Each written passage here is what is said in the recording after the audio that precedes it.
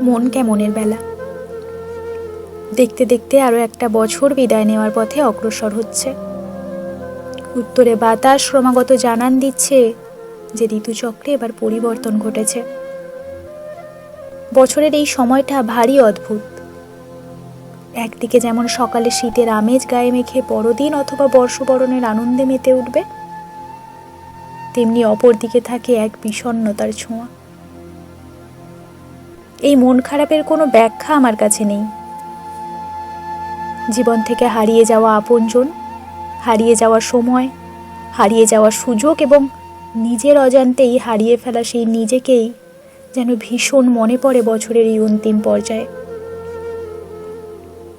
হয়তো গত বছর যারা আমাদের প্রাণাধিক প্রিয় ছিল, এই বছর আর তাদের সাথে যোগাযোগটুকুও নেই।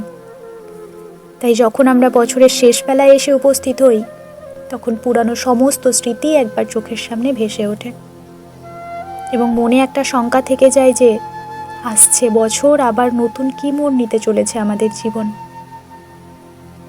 আসলে পুরাতন বছর হোক বা পুরাতন ভীষণ প্রিয় কোনো স্মৃতি, তার মায়া কাটিয়ে ওঠা ভারী মুশকিল। তাই নতুন বছরে পদার্পণ করার পূর্বে হালকা বিষাদের সুর যেন প্রকৃতিও ছড়িয়ে দেয় মানব মনে।